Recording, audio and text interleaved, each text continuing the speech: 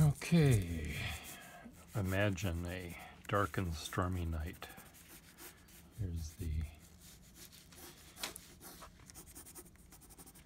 mountaintop. Here's the road leading up to the mountain, and at the top of the mountain is a castle.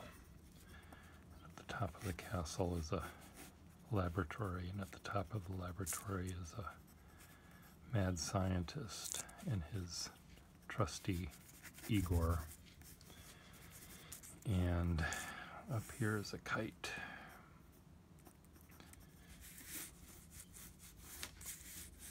And the rain is coming down, and there's a lightning hits the kite. And he travels in here, and lightning and sparks fly, and things happen, and it's alive, it's alive, it's alive, alive. So that's what I have to do right now, is to create a frankenpen. I don't have a kite, I don't have a assistant with a hump or without a hump, I don't have a hump, I don't have a clue. Yes, I do have a clue. I have these documents that I got in the mail. And in this particular instance, I have a potential customer who wants a very specific thing. And there's nothing wrong with wanting a specific thing. And I'm sure I can come up with something.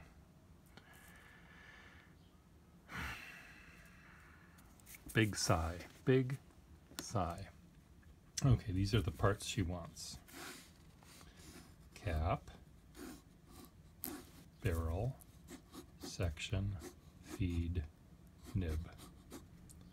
The filling system will be a lever filling system. Okay, this could be ugly, this could be ugly. They don't even have to match, I don't think.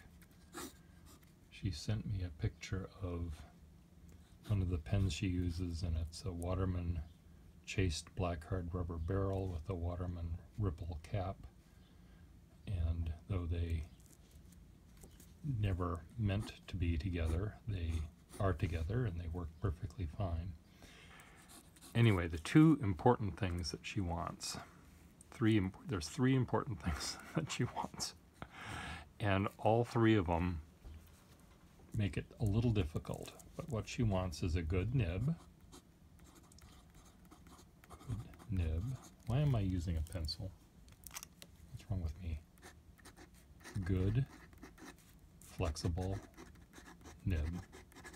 Goes from fine to flexible in a moment's notice. Very broad, very fine. And essentially, she wants a perfect nib. Okay. Like many of the pens that I make, many of my frankenpen nibs with the Victorian nibs from the 1800s. She wants them to be like that, but she also wants them to be portable, so they have to flow. So essentially she needs them to work like this, but be a fountain pen nib. Okay, so now we're dealing with a rarer item. Not just a regular flexible nib, but one that works like these. And I've had maybe, in my entire collecting of 30 years, I've maybe had a dozen of them that I would say are as snappy as that. There's probably another 100 or so that I've come across that are pretty darn close. And then I think that there's many that can do 92% of what these do. So maybe I'm hoping that 92% will work, and I'll be able to find a pen. Okay, now here's another thing, and this is probably the most important thing, is the demands that she has is that the thinnest the narrowest diameter of the section has to be 10 millimeters to 11 or 12. You know, she wants the section at the thinnest point to be very fat. Oh, what is the size of a, let's just pick a, here's a 56. Let's see how fat a 56 is. I don't have a, now this is,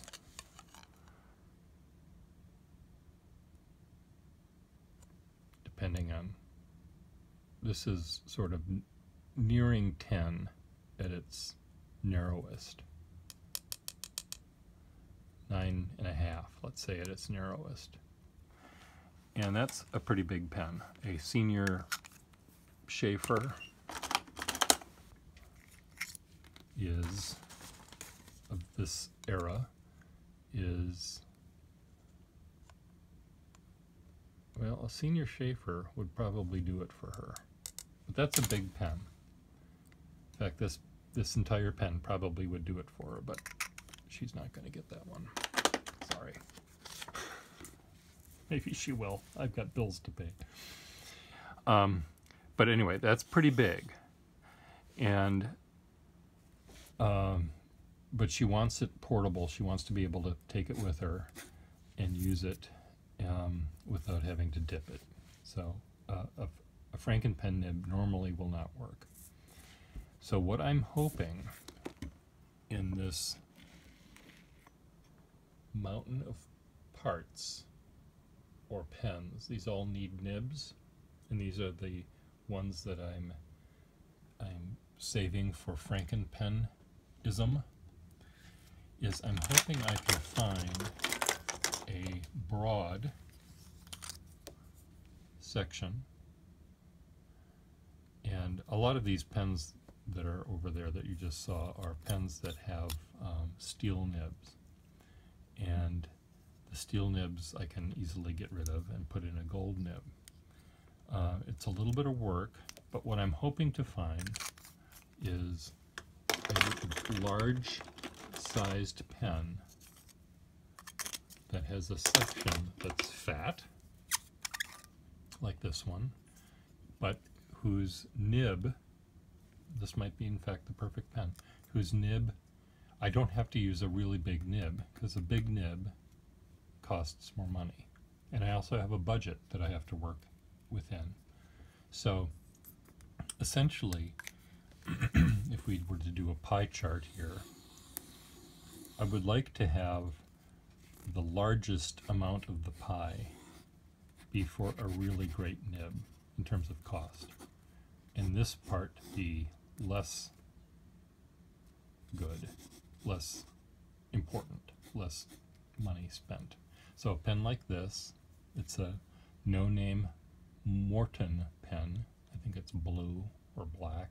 This would be fine for her. She doesn't really care. From here back, she doesn't care.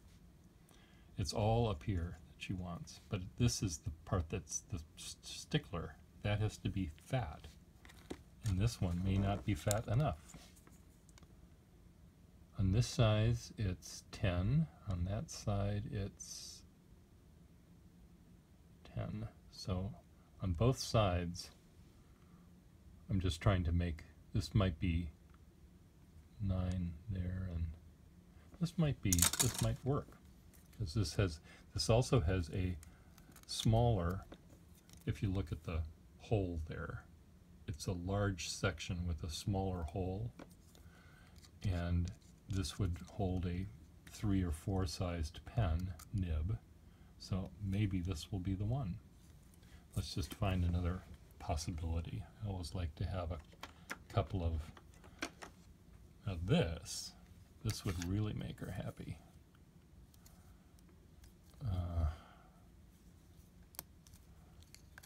This is a monster of a pen, but I don't think this is going to work.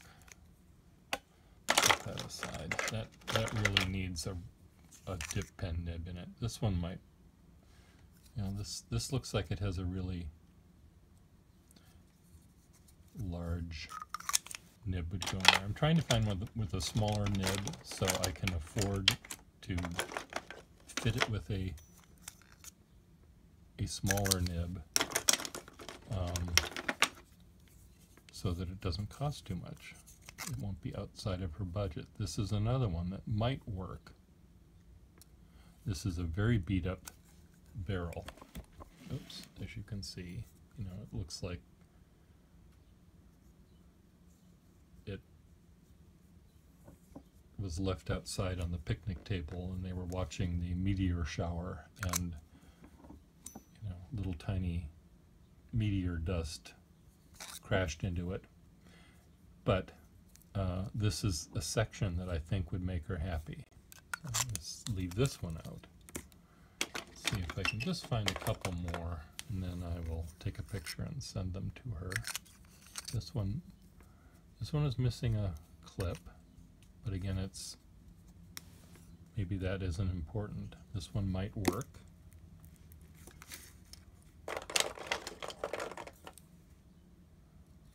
This one's not going to do anyone any good. Why am I even keeping it? I should just throw it in the trash.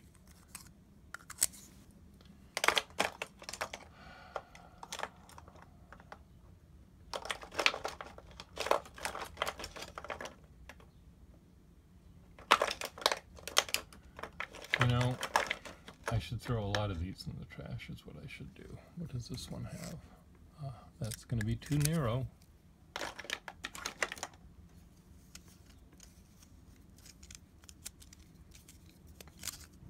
This one might work. No. Again, the nib would be too big. Well, I've got my work cut out for me, as you can tell. But the next thing I do when I'm done with this is this might work.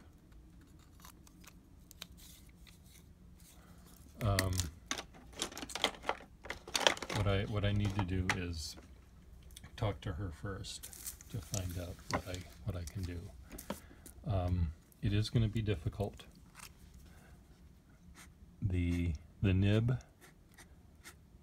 I'm hoping I can find a nib that she likes. I hope it'll be maybe a Waterman number 2 or 4 nib, but really, really flexible. She wants it to go from minutely fine to very broad and snap right back to 0. From 0 to 60, back to 0 again. And that's going to be the one hurdle. And the other hurdle is to find a pen to put it in, a barrel to put it in. Hopefully I can do that. So maybe I need to find a assistant with a hump. You think?